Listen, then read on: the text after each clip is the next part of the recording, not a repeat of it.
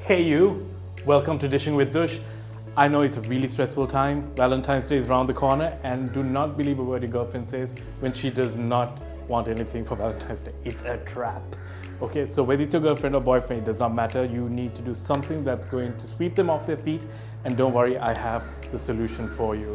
And that comes in the form of this sinfully dark, luscious hot chocolate with raspberry. And the berry note, trust me, that surprise is going to leave a lasting impression. Let's see how we're going to do this. It's super simple. So open up your chocolate. You need about, so since we're going to be making for two, I assume you're going to sit down with your significant other and share this moment with them. So if you're alone on Valentine's Day like me, don't worry. You can do it for one. This recipe is really easy to divvy down or ratchet up depending on how much you need, of which you need about 2 cups, which is 500 milliliters for the two of you. So measure it out.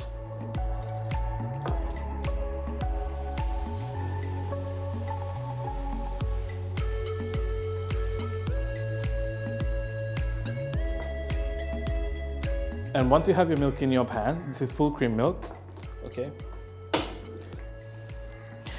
Turn your flame on to about like a low medium. And you want your milk to start steaming. But we are going to combine our cream at this point because you don't want to throw it into a hot mix. And that's going to be 1/3 cup for each person. So 2/3 of a cup for this amount. So this is heavy cream or double cream, depending on where you live, what they call it.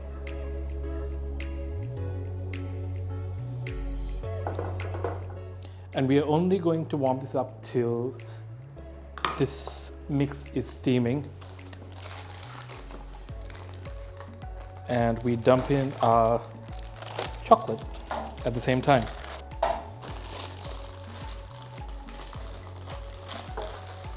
So that's about 8 squares of this brand.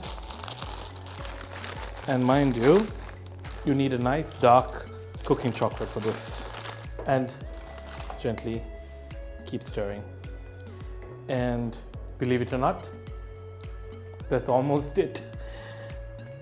But we are going to add some raspberry essence right at the end, which is the surprise element in this recipe. Now, other than being a solid hot chocolate, which honestly, trust me, this will become your go-to hot chocolate recipe at even if it's not Valentine's Day. But into the hot chocolate, you cannot add fresh raspberries because, okay, let's say we're making a milkshake, it would work fine. But if you add an acid into hot dairy, it's going to start curdling. So basically, you're going to have chocolate raspberry paneer. So do not be tempted to use anything that has fresh fruit in it. As much as I'm a proponent of things that are natural, unfortunately for this, you are going to need an essence. So here we go. The chocolate is already dissolving. And as the chocolate melts, it's going to become much darker. And as you notice, we didn't add any sugar. It's just the sweetness from the chocolate that's going to make this sweet. And there's also natural sweetness in the cream and milk as well. And that's plenty.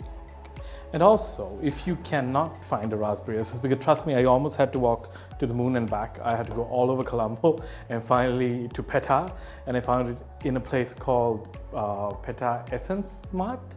And that was the only place that had raspberry essence. So I know this might become a bit of a problem. You could use other substitutes. Maybe it could be a strawberry essence, but somehow raspberry does have that edge that the other berries do not for working with chocolate. So if you can find it, I would say go the extra mile.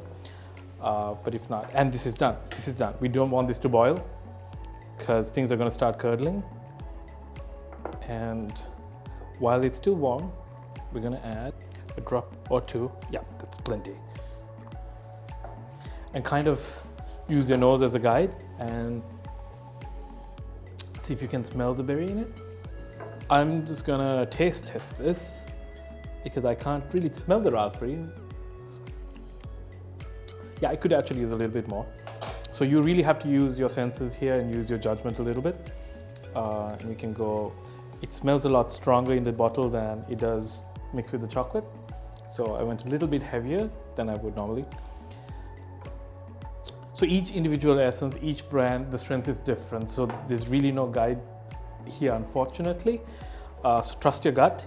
And oh yeah, I can smell the raspberry. I think this is fine. So now that it's ready, presentation is almost 80% of the game during Valentine's. So we are now going to serve it out of the pot. Get yourself some nice crockery, and we're going to use this cute little pot, and it's going to go in there.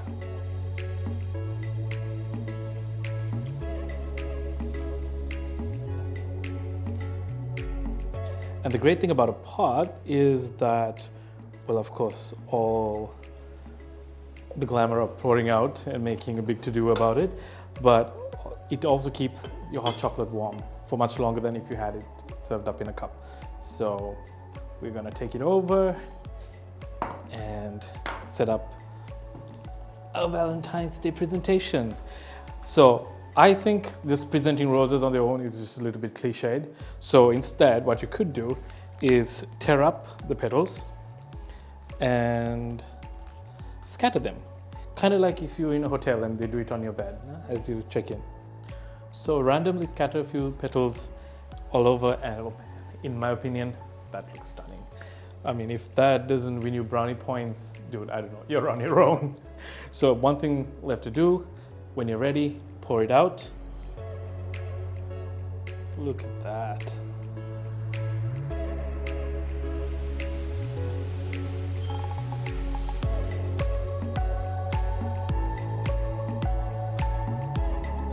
There you go. And if you're a fan, like you said, this hot chocolate is not that sweet. Here's one where you could add marshmallows to finish it off. And it's really good. The pink ones are quite common. Normally you would use mini marshmallows in a hot chocolate, but I kind of like them big and chunky. So there you go. And ta-da. So if you notice, I also got these little hug mugs almost, where there are no handles. And I really like this because this is kind of like how the French drink it in their hot chocolate bowls.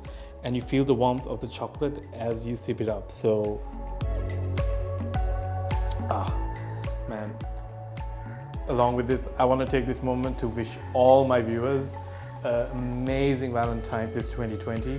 Let this be the year that romance takes off for you. So take care. I'll see you soon.